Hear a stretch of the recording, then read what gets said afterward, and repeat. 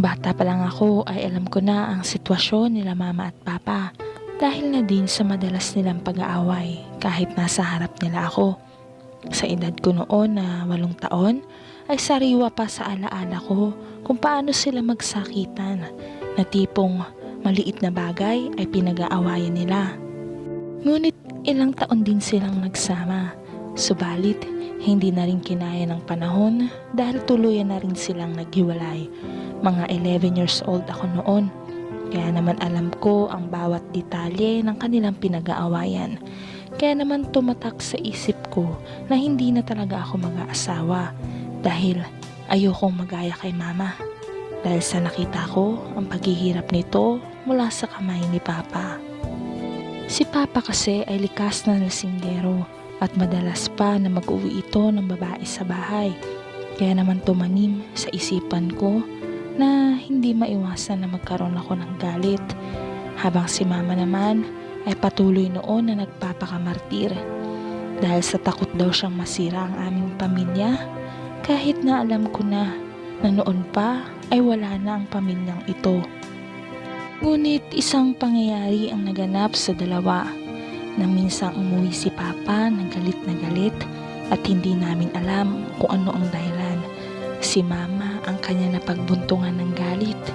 Labis niyang nasaktan si mama ng mga panahon na yun. Kaya naman ako na ang umawat dito. At dahil sa malakas si papa, ay maging ako ay nasaktan din niya. Nang makita ito ni mama, ay dito na siya lumaban. Umalis kami ng bahay, dala-dala ang ilang damit. At mula noon ay hindi na kami umuwi sa impyernong bahay na iyon. Mula din noon ay wala na akong balita kay papa. Nakitira kami sa bahay ng pinsan ni mama at dito pansamantala kaming kinupkup. Nang makakita na si mama ng maayos na trabaho, ay dito na kami bumukod at magkasamang hinarap ang mga pagsubok ng buhay. Ilang taon din kaming magkasamang dalawa ni mama, na sa aming dalawa lang namin kinukuha ang lakas sa isa't isa. Masaya naman ako na kahit si mama lang ang aking kasama dahil mas gusto ko ng ganito kami kesa naman sa buo nga kami. Ngunit para naman kaming nasa impyerno kapag kasama namin si papa. Ngunit dumating ang isa sa kinatatakutan ko na minsang umuwi si mama at may kasakasamang lalaki at kita ko naman sa itsura nito na mas bata ito sa kanya. Karen, si Homer nga pala, kasamahan ko sa trabaho. Pagpapakilala sa akin ni mama ng lalaking kasama nito. Ngunit dahil sa nakaramdam ako ng inis, ay hindi ko ito pinansin at pumasok na ako ng aking kwarto. Narinig ko na lang mula sa aking kwarto na humingi ng paumanhin si mama sa lalaking kasama nito. At dito ako lalong nairita. Hindi ako mapakali noon habang nakahiga sa kama. Ginawa ko na ang lahat, ngunit inis na inis pa din ako. Lalo na naririnig ko ang tawanan ng dalawa sa sala. Kaya naman muli akong lumabas at sinabihan sila na, "Pwede ba ma? Huwag kayong maingay. Hindi ako makapagpahinga. May pasok pa naman ako bukas." Dahil doon ay nagpaalam na si Homer kay mama at agad na umalis. Pagkaalis ng lalaki ay agad akong kinatok ni mama. At dito ay kinausap ako tungkol sa inasta kong ugali kanina. "Karen, bakit mo naman binastos ang tito Homer mo?" Galit nitong bungad. "Ma, anong oras na? Ang ingay-ingay nyo. Para pa kayong teenager sa paghaharutan nyo." Sagot ko naman. Ngunit malutong na sampal ang balik sa akin ni mama. Dahil na rin siguro sa pambabastos ko na sagot sa kanya. Noon pa man ay hindi ko nagagawa. Naiyak na lang ako dahil dito at pumasok na lang uli sa kwarto. Si mama naman ay todo hingi ng pasensya dahil sa nabigla lamang daw ito. Maghapon kami na hindi nag-imikan ni mama.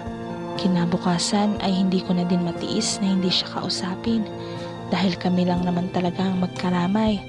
Kaya naman humingi din ako ng tawad sa kanya at sinabi ko kung ano talaga ang nararamdaman ko.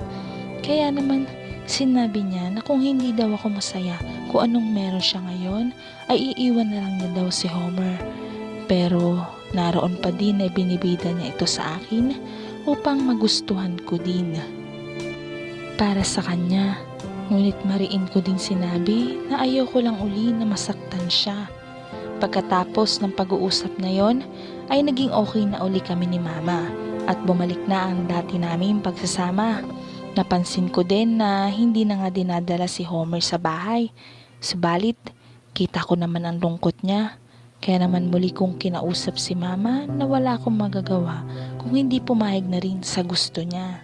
Kaya naman lumipas pa ang ilang araw ay muli na namang dumalaw dito si Homer. At dito muli ko na namang nakita ang kakaibang ngiti ni Mama na minsan ay hindi ko nakita nung sila pa ni Papa ang magkasama. Kaya naman hinayaan ko na lang na maging masaya ito. Ngunit naroon pa din ang inis ko sa lalaking ito dahil natatakot ako na baka muling mangyari na naman kay Mama ang bangungot na dinanas namin kay Papa. Kaya naman naroon pa din na hindi ko pinapansin si Homer kahit na nagpupumilit ito na magpa-good shot sa akin. Kapag nasa bahay ito ay madalas ay nagkukulong lang ako sa kwarto at kapag kakain naman madalas ay pinapauna ko na lang sila at ako naman pagkatapos nila kumain. Sinanay ko na lang na mag-isa basta makita ko lang na masaya si Mama. Ngunit lumipas pa ang ilang buwan. Napapansin ko na lang na hindi na umuwi si Homer. Madalas nga ay dito na ito natutulog. Kaya naman muli kong kinausap si Mama at tinanong kung bakit. Sinabi naman ni Mama na hayaan na lang sila, lalo na at masaya naman silang dalawa. Nagising na lang ako na bumubuo na pala ng sariling pamilya si Mama kasama si Homer. Lalo na sabay nalita nito na buntis na ito at malapit na akong magkaroon ng kapatid. Alam ko naman na malapit na akong maging itsyapweras sa bubuuhin nilang pamilya. Sigalit kay Mama ay pumasok na lang ako ng kwarto at nagiiyak mag-isa. Nakaramdam ako ng inis kay Mama at galit naman kay Homer dahil pakiramdam ko ay inagaw nito sa akin si Mama. Kaya naman mula noon ay hindi na ako palakibo sa kanila. Habang nakikita ko naman ang paglaki ng tiyan ni Mama ay lalong nagiging sweet ang dalawa. Kita ko naman ang pag-aasikaso ni Homer kay Mama at ibang-iba ito sa ginagawa ni Papa noon. Kaya kahit naiinis ako at asar ako dito ay hinayaan ko na lang. Ngunit isang pangyayari ang naganap nang misang naliligo ako. Ay nagulat na lang ako nang may ahas sa may pinto. Napasigaw ako ng malakas, dahilan upang magulat din si Mama sa labas. Dali-dali naman pumasok si Homer at nagtanong kung bakit. Nang ituro ko ang ahas ay agad niya itong dinakma at inilagay sa sako. Abot-abot ang pasasalamat ko kay Homer at nagawa ko pang yakapin siya habang tabing-tabing lang ako ng tuwalya. Dahil sa katatapos ko nga lang maligo. Kaya naman agad niya akong sinabihan na mabuti pa daw ay magbihis na muna ako. Natawa naman si Mama, kaya nag-second demotion naman. Natawa na din ako at nagbihis na nga. Mula noon ay naging mabuti na ang pakikitungo ko kay Homer. Nasanay na din na tawagin itong Tito Homer kahit na alam kong ilang taon lang ang agwat nito sa akin. Hanggang nanganak na nga si Mama. At dito nga ay wala namang nagbago sa pakikitungo nila sa akin. Na yun nga ang kinakatakot ko. Si Mama at Tito Homer naman ay lalong naging sweet sa isa't isa.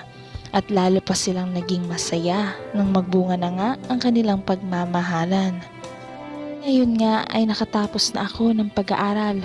At kasalukuyan na ding nagtatrabaho sa isang malaking kumpanya. Kila Mama pa din ako nakatira. Kasama ang bago niyang pamilya. Ay, hindi pala kasama ang bago naming pamilya. At masayang nagsasama, mayroon na din nang niligaw sa akin. At mabuti na lang ay nagbago na ang pananaw ko sa pagmamahal.